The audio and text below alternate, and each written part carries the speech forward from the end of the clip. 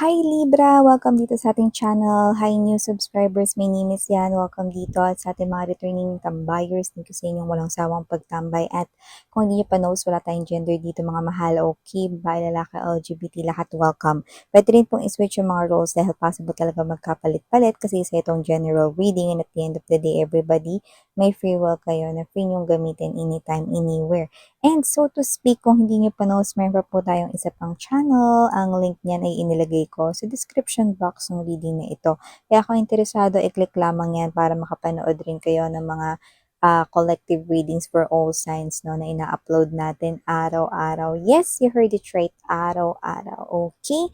At tandaan ninyo kung may cross-watchers dito si Libra, welcome ka din ha. At kung may Libra placement sa kanilang mga natal or birth chart, welcome din kayo. Thank you so much, Archangel Michael, together with the angel guides. Can we get messages for Libra, please?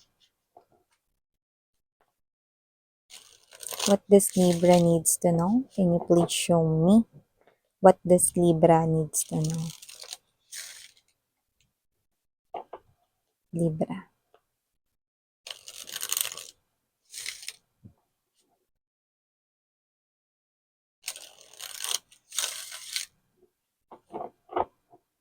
Okay, so let's go ahead and check this mga mensahe para kay Libra. So guys, you do have here the energy of Explorer of Pens or the Knight of Swords.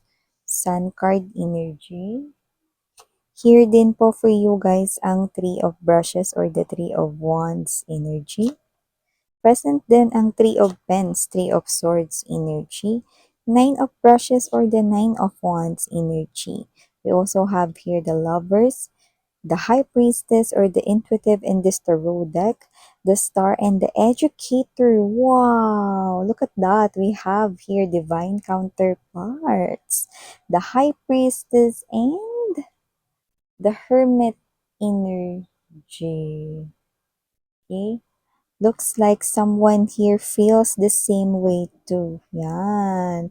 At kung sino man tong energy na to, this feels so brand new. And with the star card energy, nakikita ko rito, no, Libra na kung sino man to, this is something here na meron kayong matinding soul-to-soul connection ng taong ito.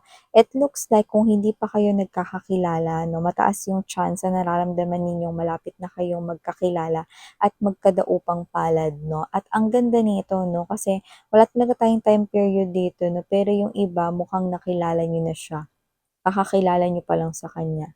Okay? At yung iba naman dito, no, nakikita ko dito mga babes, no, na in 2 weeks time, possible na ito ay ma-meet na ng iba sa inyo, no, in as fast as 2 weeks, no, for others of you. Yan. Para sa iba, hindi na magtatagal, no, pero kung sino man tong energy na to, na meron siyang bubbly energy, meron siya rito na fun and light-hearted energy, and for some reason, para siyang weird. May mga times na ganun. Pero, that person here is someone na natural na yun sa kanya kasi siya to na parang gusto niyang napapasaya yung ibang mga tao. So, this person here could be someone na nagjo-joke ng a lot or madami siya ritong jokes na baon. Pero kung sino man siya, no, this person right here is someone who's also a very spiritual person, no? And kung sino man siya, nakita rin ako ng energy na posibleng simple lang siya pero ang ganda ha or ang gwapo. So, pwedeng may itsura ito, no, to some of you. Yung parang kahit na mga babes, no, anong isuot niya, nadadala ng muka. In short, na parang kahit napasuotin mo pa siya ng ano, ng basahan, or parang kahit papasuotin mo siya ng pinakasimpleng t-shirt at short sa mundo, yung mukha niya, madadala pa rin yun. Para siya ritong, kung titingnan ko siya, para siya ritong model, no? Ganun ko siya nakikita, no? Taray! Sino man tong person na to mga babes, no? Siya lang naman yung person na lumalabas bilang divine counterpart mo. Pero wala siyang yabang sa energy, ah. May mga nakita ko rito na posibleng may mga nakaka, what's this? Nakaka-alam, no, na siya ay attractive sa itsura, no? Pero hindi ko nakikita na meron siyang napupusuan sa mga yon. okay?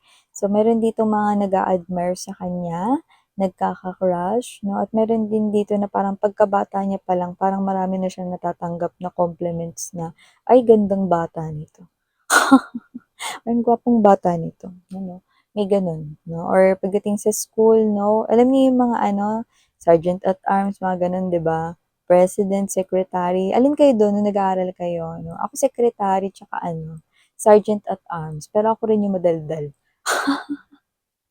'Di ko nililista yung sarili ko sa noisy, ano. Pero itong person na 'to 'no, siya yung muse, 'yan 'no, mukhang gano'n yung kanya ritong role 'no. So, babae, lalaki, LGBT, nakikita natin dito. So, maliban diyan nakakita rin tayo ng energy dito for you, Libra, ha, na posibleng meron dito 'no, na parang, pinagbubuhusan mo 'to ng panahon, pinag-e-effortan mo 'to 'no, pero maaaring, may energy rito na baka hindi yan mapagtagumpayan mo. Puwedeng may ibang mapili para diyan, more likely may kinalaman 'yan sa kaperahan or trabaho 'no. So maaaring, masaktan kayo rito 'no, kasi parang pinaghirapan mo 'to 'no, puwedeng yung iba hindi dito kumain sa tamang oras or nalipasan ng pagkain 'no, or yung ibang mga babes na puwedeng, kung hindi ito related sa pera, pero yung iba yes, eh, 'no. Pero may mangilan-ngilan kasing related sa love 'no.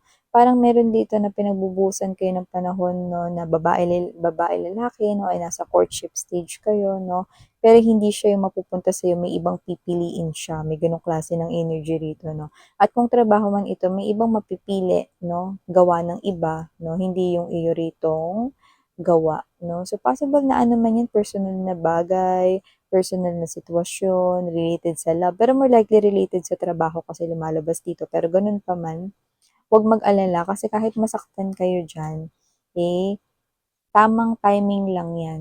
Kasi may biglang papasok rito 'no, sa eksena na yun talaga yung dapat mong pagbuhusan ng panahon, Libra 'no. Like papasok agad miss 'yan, yes 'no, yung hindi na kayo as in magmumukbok diyan 'no, at, magre-resent 'no, na bakit hindi ako yung napili dun sa trabaho na yun, ginalingan ko naman, mas maganda naman yung akin, 'yan 'no.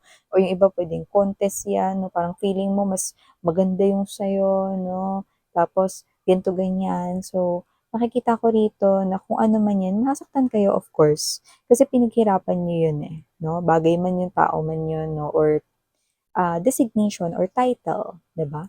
Pero dito 'no, tamang timing lang pala 'yun kasi meron pang mas aangat 'no, meron pang mas ikakasaya mo pala 'no. So kung tao man 'yan, meron ditong bagong makikilala na new guy, new girl in town, LGBTQs of course welcome din kayo.